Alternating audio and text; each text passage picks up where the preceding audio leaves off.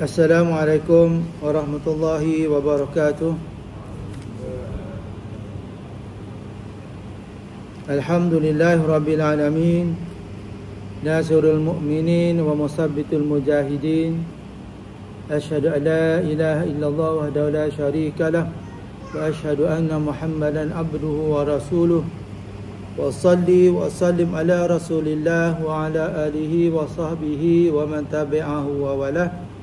Allahumma syarah lana sudurana wa yassir bihi umurana wa ahlul uqdatan min alsadina yafqahu aqwalana. Allahumma zidna ilma wa zukna fahma walhamdulillahi rabbil alamin. Amma.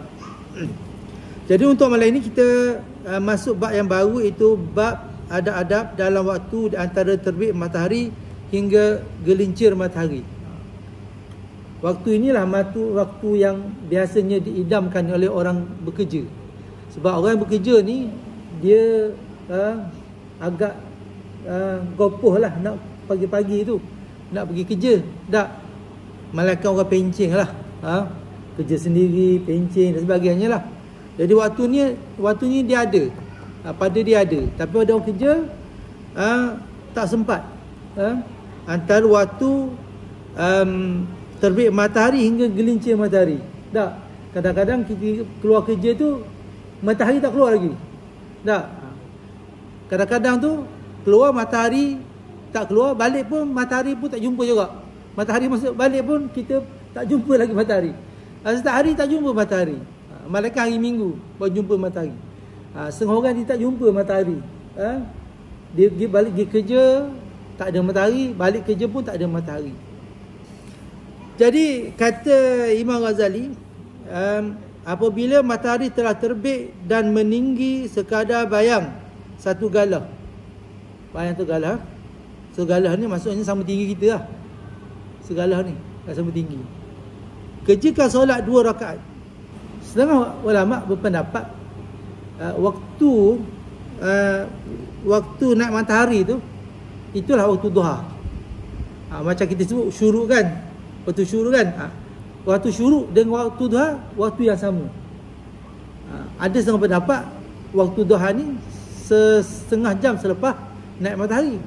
Ada setengah pendapat bahawa waktu syuruk itu adalah waktu duhanya. Ada orang buat sembahyang naik matahari, ada orang buat solat duha. Jadi setengah orang dia buat dua-dua. Tapi kalau kita dah buat satu tu, sebenarnya waktu syuruk tu dah kira waktu duha. Jadi solat duha ni banyak kelebihan dia. Sebab solat duha ni salah satu solat yang tidak ditinggal oleh Nabi SAW. Ada 3 perbuatan yang pada Nabi wajib, pada dia wajib, pada umat dia sunat.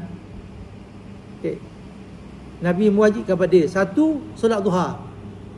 Nabi mewajibkan pada diri dia dan tidak wajib pada umat dia. 2, solat witir. Yang Nabi wajib pada dia. Maksud solat duha kan sepanjang matahari kan. Solat witir ni penutup malam. 3, apa yang diwajib kepada diri Nabi ialah bangun malam, yang mana tidak wajib pada umat dia. 3 benda yang Nabi wajib pada diri dia. Kalau kita boleh buat sekali-sekala pun tak apa dah. Dah dikira kita menuruti sunnah Nabi SAW. Tak ada masalah. Walaupun kita tak buat macam Nabi, tapi buat kadang-kadang tu dah kira mengikut sunnah Nabi SAW. Ya. Kerana itu Nabi tahu kalau Nabi wajib berat umat dia. Seperti Nabi tidak mewajibkan umat dia bersugi tak? Nabi kata laula asyqa ala ummah la umirtu bisiwa. Kalau Nabi kata kalau tidak memberati atas umat aku, nescaya kata Nabi aku dah wajibkan kata umat aku bersugi fi kulli salah, sebelum setiap kali nak sembahyang. Nak menunjukkan bahawa bersugi tu sangat penting. Sebelum kita menunaikan solat, sama ada kita menggunakan kayu sugi. Ada orang kata kayu sugi sebenarnya kayu daripada batang pokok anggur. Kayu sugi tu yang disebut siwak tu kan. Ataupun kita menggunakan obat gigi biasa, janji boleh menghilangkan bau. Sebab kita banyak benda sebenarnya gosok gigi ni, selepas makan, ataupun lama tak bercakap, ataupun orang nak datang ziarah rumah kita, ataupun kita nak datang ke masjid surau, kan, itu sebolehnya kita gosok gigi. Tak? Walaupun Nabi kata Nabi tak wajib, tapi kita sebolehnya kita usahakan sebelum nak tidur, selepas bangun tidur, kan. Jadi itu setelah berakhirnya waktu makruh untuk solat, kerana solat dimakruhkan mulai dari selepas solat fardu subuh hingga naik matahari. Waktu subuh kan, bila waktu subuh kita dah semayang, sebelum naik matahari ketika itu makruh untuk kita buat apa-apa solat, melainkan kita qada sunat sebelum subuh.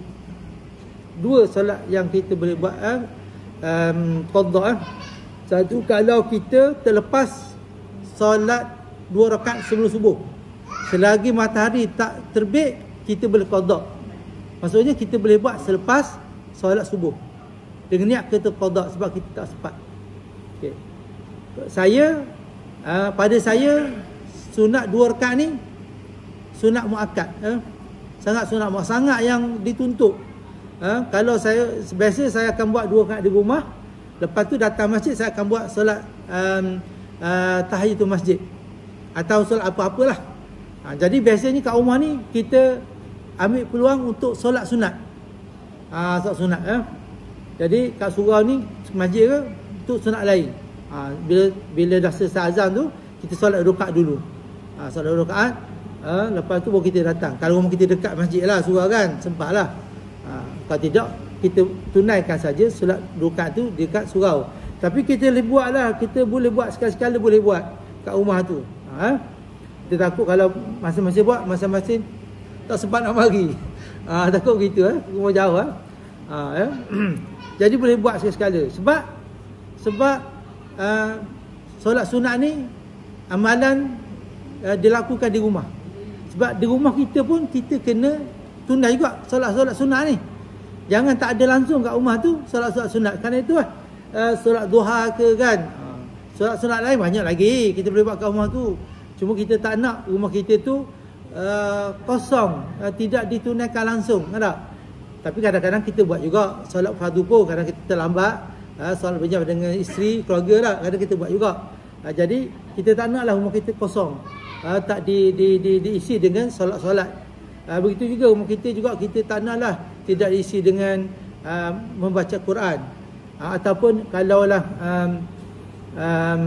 keluarga kita atau isteri kita tak datang dengan ceramah ke, kita mintalah diorang tu dengarlah ceramah siapa-siapa pun dekat rumah tu. Biarlah waktu jam 8 hingga 9 tu, biar dia orang duduk tengok ceramah. Jangan waktu tu duduk tengok benda lain. Kita wajib macam tu. Balik rumah tanya, sebelum balik datang suai, minta pukul 8 tu tengok ceramah, jangan buat benda lain. Kalau sampai masak pun mungkin boleh dengar ceramah tu kan. Biar ada pengasihan kat rumah kita. Kita tak nak rumah kita macam Nabi kata seperti kubur. Kita tak nak macam tu. Kubur, tahu lah kubur ni. Tak ada orang duduk kat kubur melainkan orang yang tak tahulah, orang yang berani betul lah. Tapi kat kubur tak ada apa tuan-tuan. Kitanya dia momokkan dengan hantu dan sebagainya. Dia tak ada. Cuba buat program sekali surah ni. Bermalam di kubur. Faham tak? Cuba untuk menguji ketahanan diri. Cuba. Tak ada. Duduk ramai-ramai. Stop, jangan buat macam cerita Romli tu. Duduk jauh-jauh surah. Dah. Kita duduk atau kalau kat kubur kan ada wakaf kan. Duduk situ tengok rasa kat mana. Boleh terang. Boleh terang. Okey.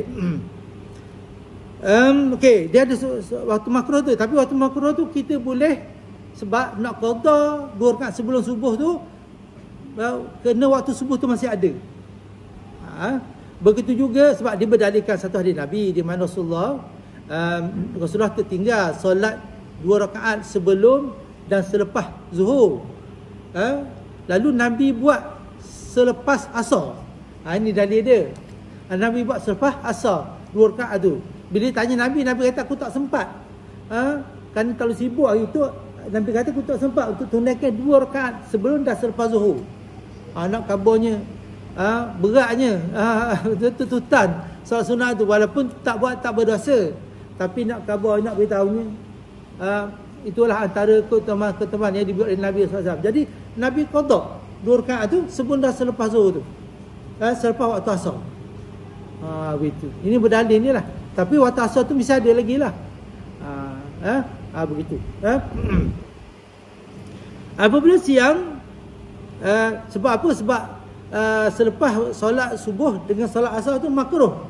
Kita solat lah tak boleh, makruh. Melainkan solat, contoh solat jenazah. Jenazah kan.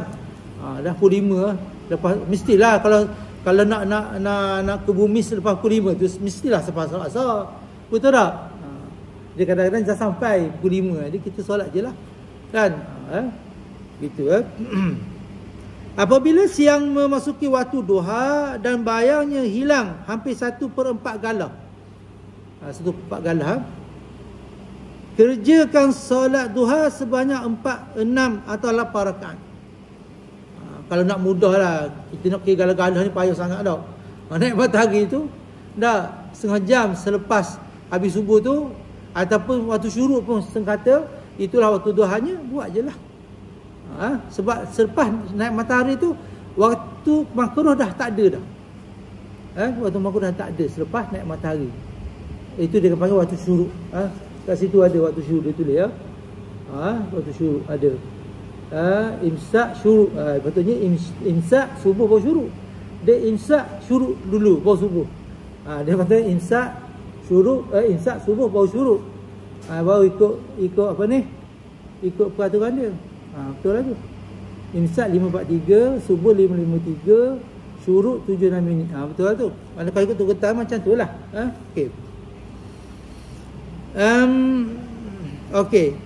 Sunat duha ni kita boleh buat 2, 4, 6, 8. Kita boleh buat sunat duha ni. Paling banyak 8 rakaat. Dengan cara 2 rakaat demi 2 rakaat. 2 rakaat lah. Macam saya pernah cerita pasal solat. Dia tengok kalau solat jenis 2 rakaat, kita tak hadir niat pun tak apa. Sebab memang dia 2. Melainkan dia ada 2, 3, 2, 4 macam tu. Kalau jenis 2, 2, 2 tu, itu lain. Kalau jenis 2 pun boleh, 4 boleh, itu lain. Kalau yang jenis 2 saja, kan tak ada rakaat 4 satu kali buat macam solat witir, dia ada 2, 1 atau 3. Jadi kita kena tentukan sama ada 1, 2 atau 3. Kan? Solat sunat tu dia tak begitu. Solat sunat tu buat 2, 2, 2. Kalau sunat solat apa? Solat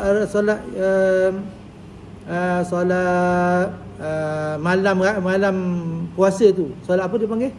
Tarawih kan? Itu 2-2 juga kan? Kalau jadi 2-2 macam tu, kita tak perlu dah kata saja aku solat apa ni? Solat duha 2 tak perlu dah. Solat duha saja. Kerana Allah pun tak perlu dah. Saja aku solat duha dah cukup dah. Memadai. Saja aku solat duha. Sebab saja tu dah kira kerana Allah. Duha tu memang 2 rakaat. Macam solat maghrib, tak perlu dah sebut 3. Saja aku solat maghrib 3 rakaat tak perlu dah. Sebab maghrib tu tak akan 4, dia takkan 2, dia 3 je.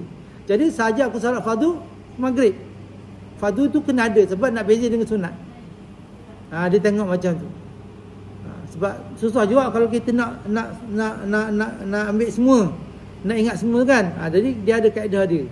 Kan kalau solat yang mana dia tak berubah, contoh maghrib, isyak, subuh, Jumaat, memang tak perlu kita nak takyinkan 2, 3 tak perlu. Sebab memang dah solat Jumaat tu 2.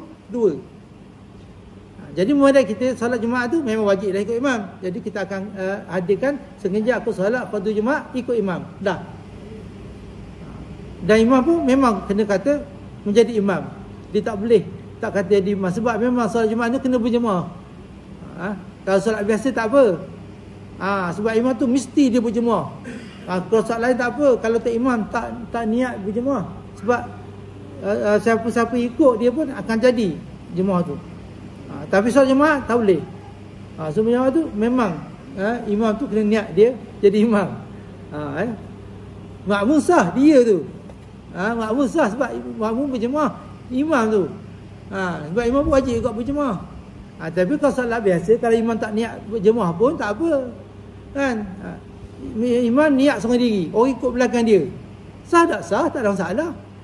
Jadi imamnya dapatlah sembahyang seorang diri, makmum ingin ikut imam, dapatlah pahala berjemaah. Sebab niat tak wajib. Sebab apa? Sebab bila ada orang ikut, terus jadi. Itu jadi salat jemaah tu pada makmum tadi. Mereka makmum tak niat apa, makmum tak boleh apa, imam pun tak boleh apa. Dulu tak niat berjemaah. Macam kita baru ni kita korban baru ni. Banyak orang tak faham juga tu. Korban tu. Korban tu mesti wajib niat. Niat ni walaupun tukar sembelih tak tahu, tapi tukar yang menyertai korban tu mesti dia tahu mana tu lembu dia. Mana tu lembu dia. Dia pun cakap ke imam ke teman, saya dah wakilkan tuan untuk sembelih bahagian saya.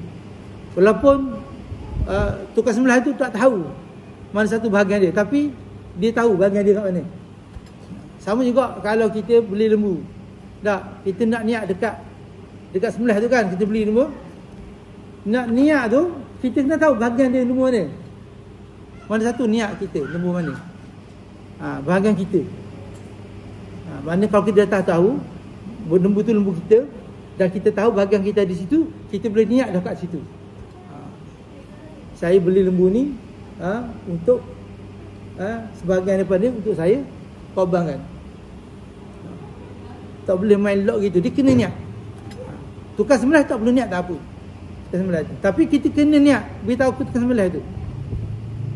Beritahu sembelih, saya wakilkan pada awak untuk sembelih bahagian saya. Begitu. Yang lembu niat sembelih tu lah. Macam tu. Kena buat. Tak boleh.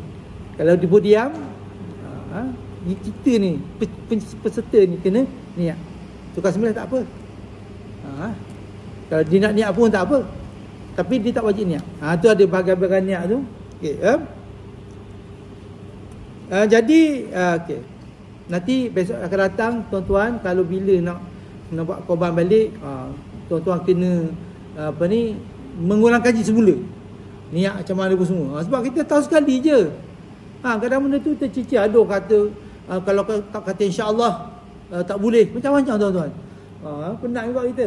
Jadi kita kena macam bila nak sambut, nak buat korban, kita panggil ustaz seorang-seorang ke, ada seorang ustaz suruh terangkan pasal ibadat korban. Kita buat kena tuan-tuan. Sama dengan masa sembahyang raya kan.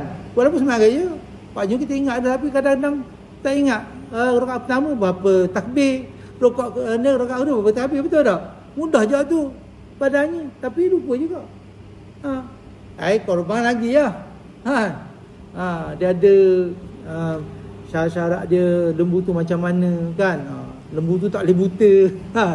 Lembu tu tak boleh cacat, macam-macam. Okey. Jadi tak apalah, ni untuk akan datang kalau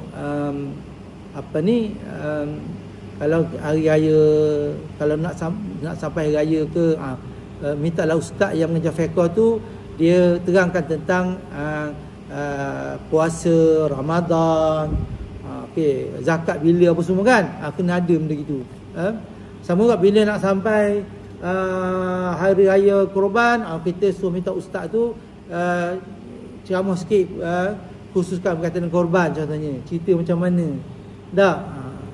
Kemudian sebab ada hukum pun dia berubah-ubah hukum ni.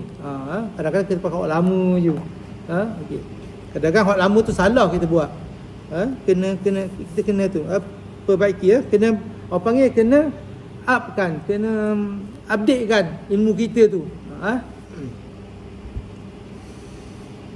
Okey, sesungguhnya jumlah-jumlah ini telah diriwayatkan daripada Rasulullah SAW, itu 2, 4, 6, 8 tadi kan, solat duha tadi. Dan semua secara solat ini adalah baik. Maka bagi siapa yang ingin, dia boleh mengerjakan rakaat yang banyak. Nak buat 2 pun okey, 4 pun okey, 6 pun okey, 8 pun okey. Jangan pula bila buat 2 je, kita kata begitu kan, tak payah. Boleh belaka. Itu ikut kemampuan masing-masing, ikut lapang masing-masing. Jangan pula dekat kerja kita nak ambil banyak, buat 8 rakaat. Kita kerja hak wajib tu. Faham tak? Hak ni sunat je. Dah buatlah kadar 2 je lah. Lepas tu jangan doa panjang-panjang. Sepatah 2 rakaat. Balik lagi lah, buat kerja balik. Janganlah sampai orang tanya, Mamat tu gimana? Semayang. Tak boleh, kerja tu wajib. Semacam sunat. Kita ingat mana wajib, mana sunat. Hak kerja kita buat tu lebih besar pahala dia daripada hak semua sunat tadi. Kita ingat itu wajib. Hak wajib tak buat berdosa. Hak sunat tinggal tak berdosa. Kena faham. Tapi kalau kita kesempatan buat benda sunat, alhamdulillah. Tapi kita buat masa lah. Kita tak curi masa lah. Faham tak? Betul. Okey. Sekejap tak apa tuan-tuan. Sekejap tak apa. Boleh. Diharuskan lah sekejap. Kalau boleh, kita dari rumah tu kita dah ada wuduk dah. Tak? Sebenarnya, ialah bila sampai-sampai tu, sebelum kita datang awal, dah pukul 8 tu dah cerah dah sebenarnya. Kan? Kerja tak mula lagi kan? Sebab kerja ni kadang pukul 8, pukul 9. Jadi kita datang awal lah. Kan? Datang awal lah. Sebelum masuk kerja tu awal sikit, setengah jam. Sebab kita salat duha kan? Jadi kita tak nak ambil masa orang lain. Masa kerja tu kita tak nak. Begitu kan?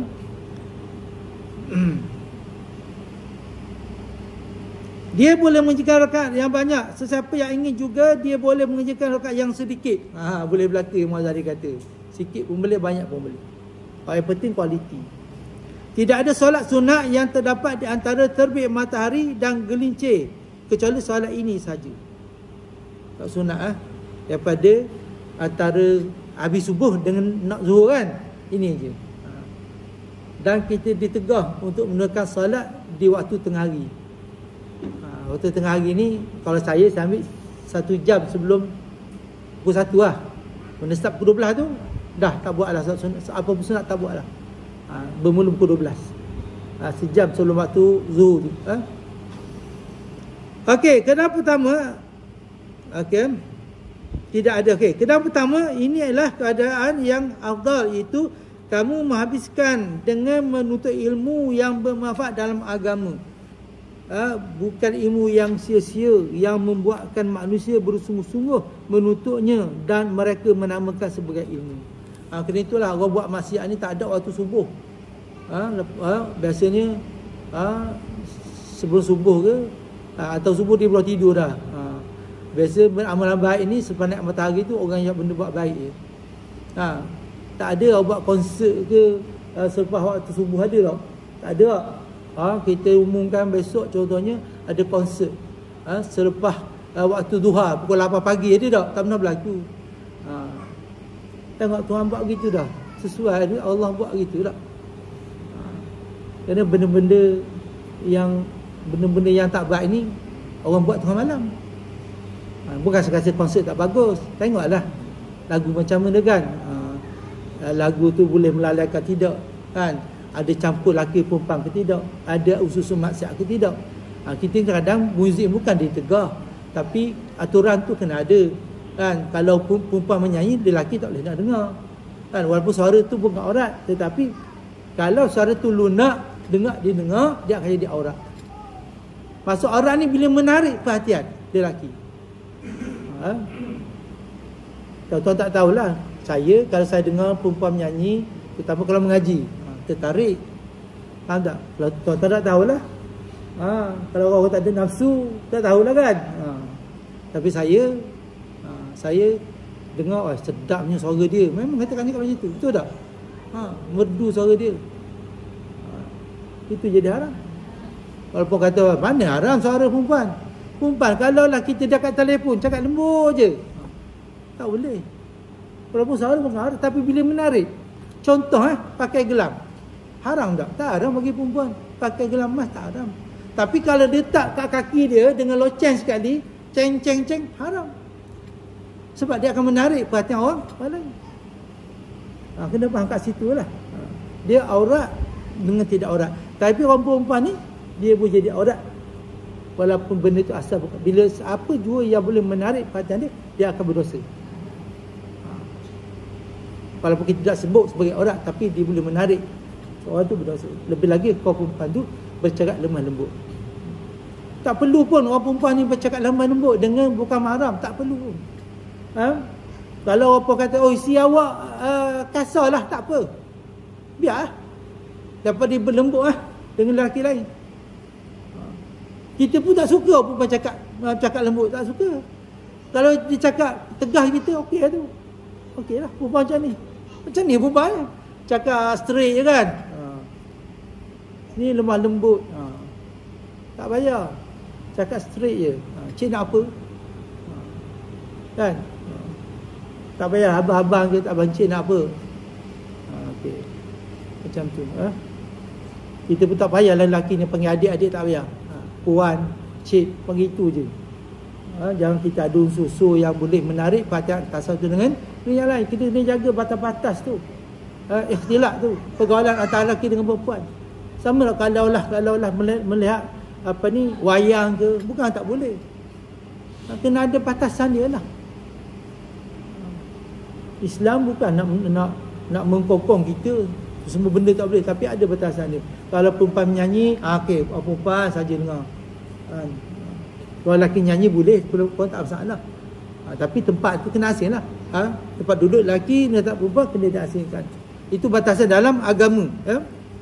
Kalau tidak suka, kita buatlah dunia sendiri. Kalau boleh buat lah. Buat dunia sendiri. Kalau boleh buat. Tapi malangnya tak boleh nak buat. Hanya Allah SWT saja yang berkuasa untuk mencipta apa jua di alam ni. Jadi ilmu yang bermanfaat ialah ilmu yang menambahkan rasa takutmu kepada Allah Ta'ala. Itu antara ilmu yang kita nak dengar rasa takut.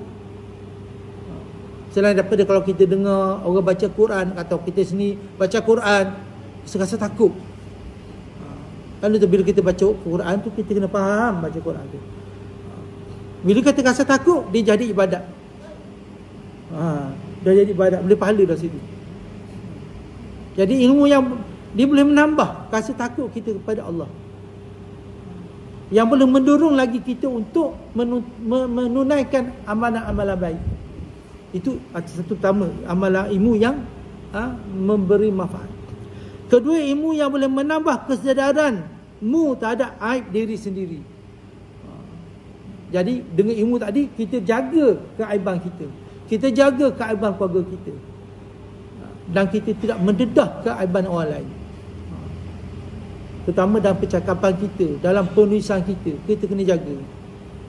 Jangan kita asyam menulis, nak dedah semua. Asal nak bercakap, nak bantai semua. Kita kena hati-hati. Sebab buat salah ni bukan orang lain saja buat salah, kita pun juga buat salah. Kena faham. Jangan orang je buat salah, kita tak salah. Jangan. Mana ada. Jadi bila kau buat salah, ingat juga kita ni pun buat salah. Jadi janganlah berlebih-lebih. Bila nak marah orang tu berlebih. Memang kalau kadang-kadang tengah nak marah tu tak boleh buat apa. Tapi selepas tu, okey, dah. Dah marah dah, okey, dah selesai. Jangan dia lanjut-lanjutkan lagi nak marah tu. Okey, tak menguntungkan apa-apa pun sebenarnya. Yalah, kita pun tak nak orang yang masuk. Kita pun tak nak orang yang masuk neraka ni sebab kita. Nak ke? Orang masuk neraka sebab kita. Suka ke? Orang masuk neraka sebab kita. Nak marah tak salah. Tapi sangat sampai berdendam-dendam. Nak marah tu, jangan sampai tak begitu. Sebab berdendam ni perkara yang tidak disukai oleh Allah Subhanahu Wa Taala. Tak boleh. Agama tak tu dendam tak sampai ke mana. Yalah, kita mungkin boleh ambil masa untuk menenangkan diri kita, betul tak? Ambillah masa.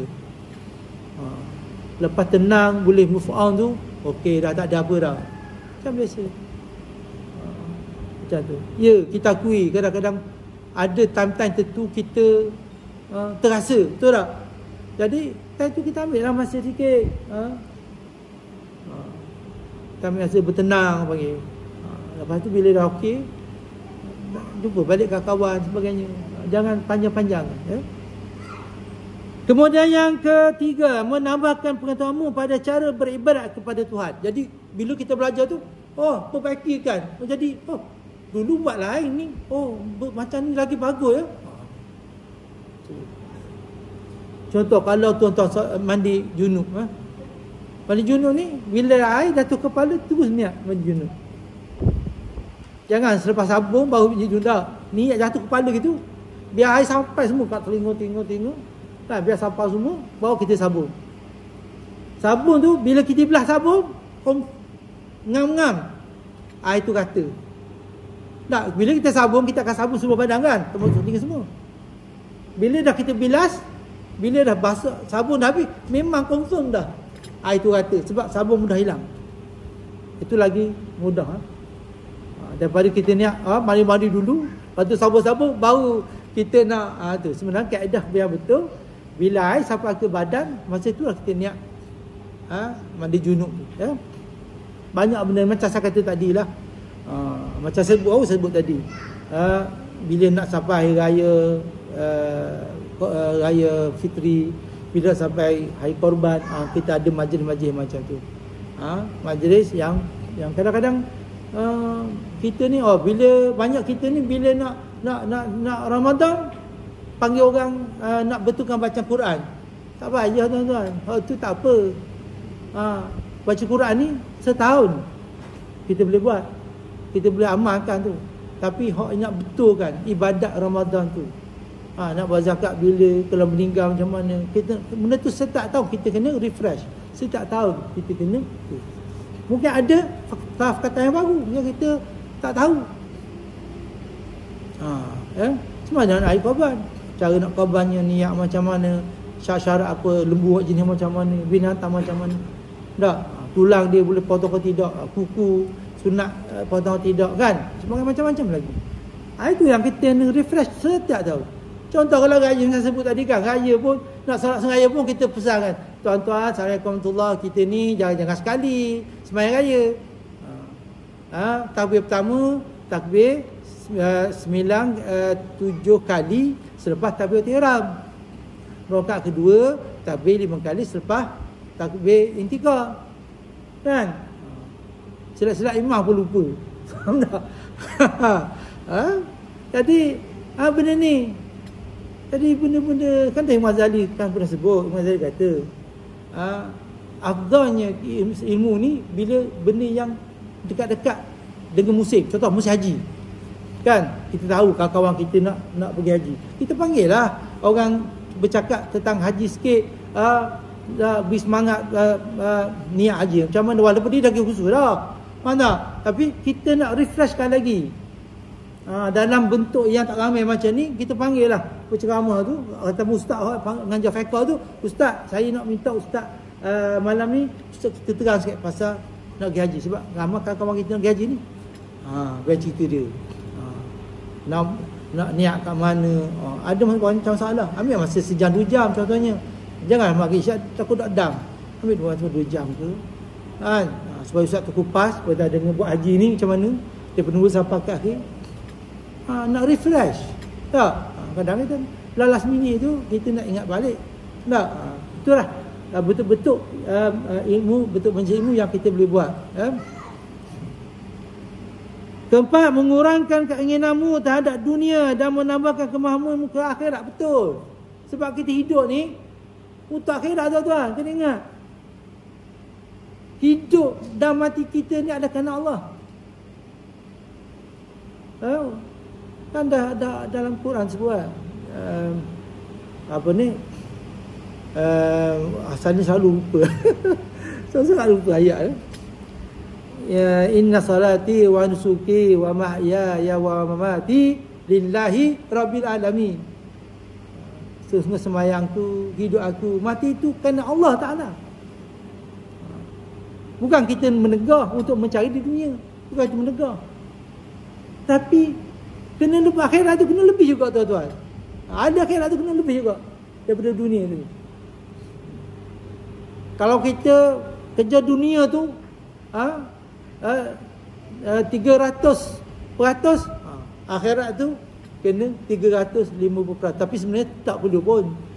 Ni kadang-kadang sebab kita kerja dunia tu 300% sehingga kita tak sempat nak buat akhirat. Sebab begitu tuan-tuan. sampai tahap itu. Bukan kita kata biarlah tak apalah nak buat sampai 500 patuh pun, tapi akhirat tu kena ada. Sebab agama pun Allah pun tak suruh kita buat berat-berat. Tapi kita risau dan bimbang kerana kita terlalu kejar dunia, bimbang akhirat kita tinggal. Jadi ilmu yang kita belajar tu dia menambahkan kemahuan kita, keinginan kita untuk akhirat tu. Sebab kita hidup untuk akhirat. Wa ma khalaqtul jinna wal ins illa liya'budun. Allah dah kata dah. Dan tidaklah aku jadikan jin dan manusia ni mereka dijadi hamba kepada aku. Isi ibadat dia hamba. Dan kita ni dah sempurna juga lagi ni hamba pada Tuhan. Allah tak kata pun aku jadi manusia kan untuk kehidupan dunia, tak. Dunia ni adalah landasan dan tempat untuk kita diuji oleh Allah SWT. Dan dunia ni bukanlah tempat asal kita. Tempat asal kita ada di akhirat kelak. Sehari dua ni berlaku peperangan antara Israel dengan Iran, ya. Ada orang yang dia buat propaganda lah. Kononnya Iran dengan Israel ini berlakon saja. Ada buat macam tu. Jadi antara Iran dengan perang Iran dan Israel ini perang betul-betul, tuan-tuan. Bukan perang tu. Orang kata berlakon. Ada orang buat dakwah macam tu. Banyak sekarang ni. Dia tulis dia buat dakwah. Dia pun siapa?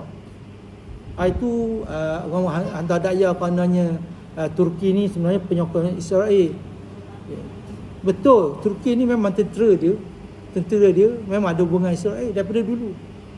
Tapi kerajaan Turki walaupun dia lebih pada Islam, tapi dia tak ganggu tentera. Dia tak ganggu. Sebab tentera ni memang dikuasai oleh Israel daripada dulu lagi. Sebab pentadbiran beza. Kita buat contoh masa contoh di Mesir, ketika Ikhwan Muslimin ambil alih sekejap je kan, setahun lebih ke 2 tahun macam tu. Tapi silapnya sebab dia sentuh tentera. Dia sentuh tentera, maksudnya dia ada nak buat satu orang undang-undang terhadap tentera. Sepatutnya tak ganggu tentera, biarkan. Jadi sebab tentera dia dah lama dah bentuk macam tu. Kita paksa dia tak boleh. Sebab dia dah memang dia macam tu, dia ada kuasa kan. Ada senjata sebagainya, tentera, parlimen tentera kan, askar-askar dia memang ikut je parlimen tentera. Jadi benda tu tak jangan usik. Macam Turki sebab apa dia lama bertahan? Sebab dia tak ganggu tentera dia betul.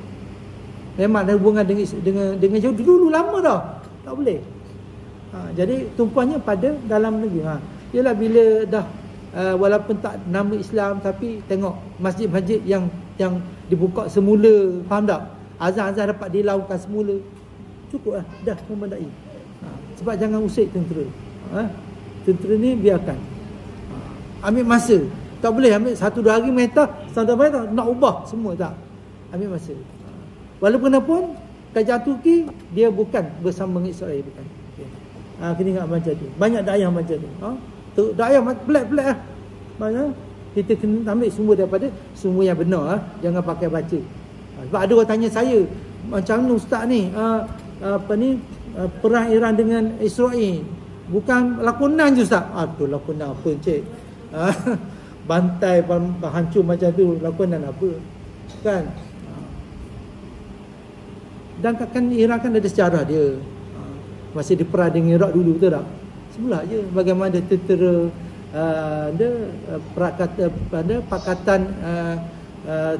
pakatan apa dia? Amerika kan bantu Iraq macam mana? Kalah.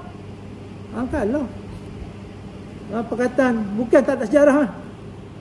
Pakatan tu masa Iraq berperang dengan Iran, siapa yang bantu Iraq? Amerika, dia punya sekutu Amerika bantu. British, Perancis semua bantu. Kalah. Habis balik awal. Dan mereka pun sejarah dia pun banyak dia balik awal. Vietnam dia balik awal. Afghanistan pun dia balik awal. Dan sekarang ni pun dikatakan Israel dia ada bajet untuk mempertahankan negara dia tu, senjata dia tu hanya 15 hari saja. Dia panggil apa? Ada 3 istilah dia tu, pertahanan udara dia tu. Dia hanya ada 15 hari saja. Kata hari sekarang ni Iran lancar saja supaya pemitas senjata, pemitas peluru pepandu tu habis. Sebab dia hanya untuk 15 hari saja. Dan sekarang ni Israel cuba bertahan, kurang akan gunakan. Sebab dia mengharapkan Amerika hantarkan bekalan yang lain, yang baru. Bila dia habis tu, dia tak ada pertahanan udara dia.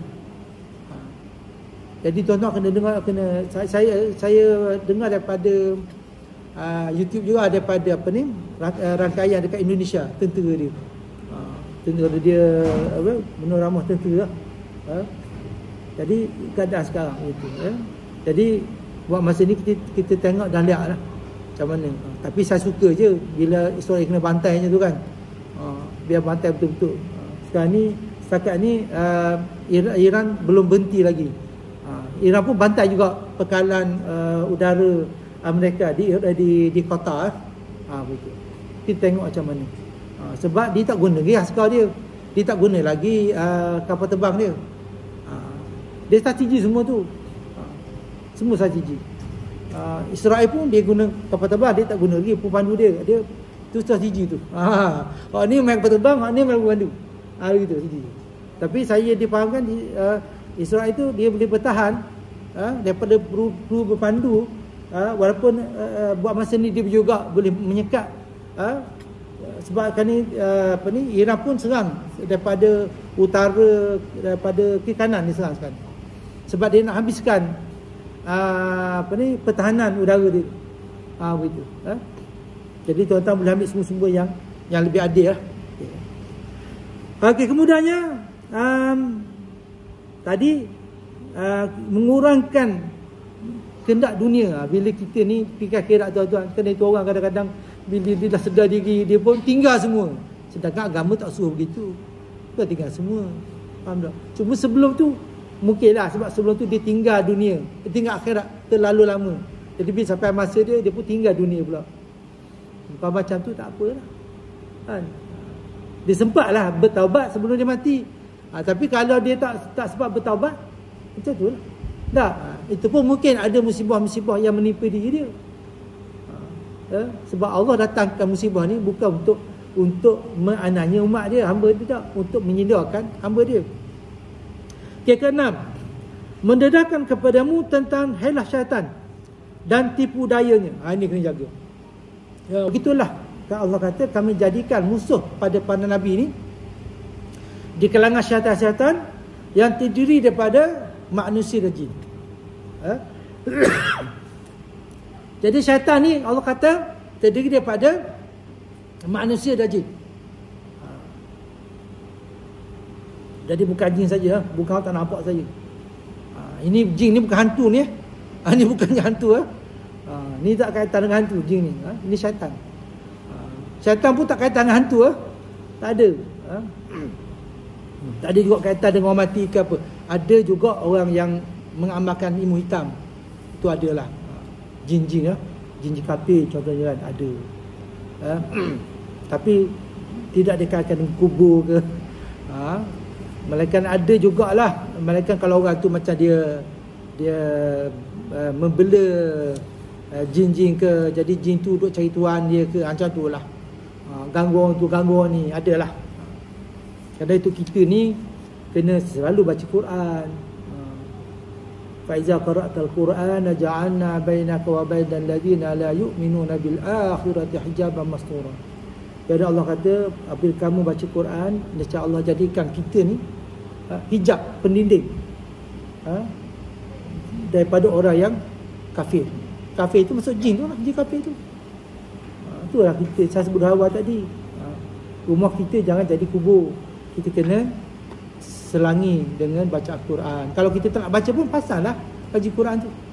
Faham tak? Okay.